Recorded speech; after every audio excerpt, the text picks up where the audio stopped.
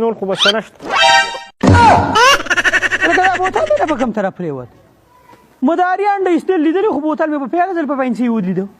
دا ځینو د ګاونډیانو د خدای بې خو نه باسي الله دې ورسره ښه وکړي چې په پیپسیانو بوتلو باندې ګزارونه کوي داسې کار یې سرکوزیه زه دې پېژنم د واده دې تازه ورځ کې همدقسې په بوتلو دا ګاونډیان ګزارونه کوي دا داسې خبرې ته ورځم دې خوا راشه ته ما ته خبره واوره زویه دا ځینو ما خیر دی که نه کښېنه که نه ته زما خبره واوره اله پروردګاره اله خدای ایمان ته مې خیر کړي هلکه ته کښېنه خدای دې غرق نه که رحمت جان لا ته مې اوس تا دورې صفات وکړم هلک چې کوم د په دې ځای تېرېږي ټول سامانونه راوړې ته ما ته یې کېږدي او ما یې دونه ټک ښځې له پټ نه وړي خدای شته ما کېښودل دا جي خو ما وې ستا مرۍ به خراب بلکل تا کېښوده خو هلته د بیبي په کوټه کې دې کېښوده خدای دې غرق نه که راواله دا ګیلاس دا بوتل واچو ګوره زه تا منې کوم نه زویه ته چې څه راوړې بېشکه بیبي له راوړه خو دلته کې د خپل پلار او بوډۍ مور ته پکې څه ناڅه خو کوه که نه راواچوه دې خوا دا دې ما وې که ستا مرۍ خوږي خیر دی ویې به خیر دی صرف سکه کومه زه چې ډېر نن سبا دا نوي جنکۍ سټینګ بوتل چې تا له سټینګ نه دی ښه زه شوقي نه یم داسې ډېر بس که ورېږه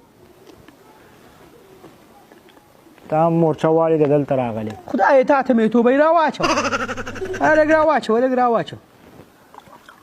صبر وکړه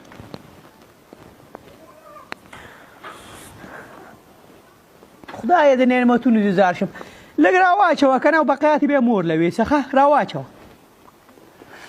دا جینس چې تا نه څه پاتې شي نو مور له به ویسم ختم دی کو ختم شو زه به دې خپلې نه وله ورکړم زه ورګه زه به کېدو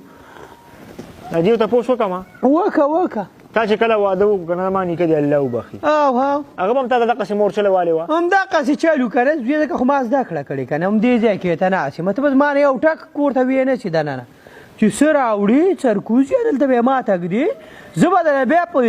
رسد تال هم در کوم بوډۍ له به دې ورکوم مشر ور له به دې ورکوم خدای شته دا جي که تا سره دا به یې غني ابۍ چې ستا نه څه پاتې شي نو ته بیا به یې ولېږې که نه الله دې نه کړي به زه دا پلي خو راکړه چې دا خو ویسم که نه دا زما دا پانچې لږې کمزوري شوي زویه چې څه پاتې شوی بوډۍ به یې وخوري او ته خو چې کوم دی ځوان سړی په خپلو غوښو هم پایې پاتې ځه شابه دا جي یوه خبره وکړه ما وایي دا مورچله دي نه خوا که نور هلته کښېنوه ښه ورته دا یې تا ته مې د توبې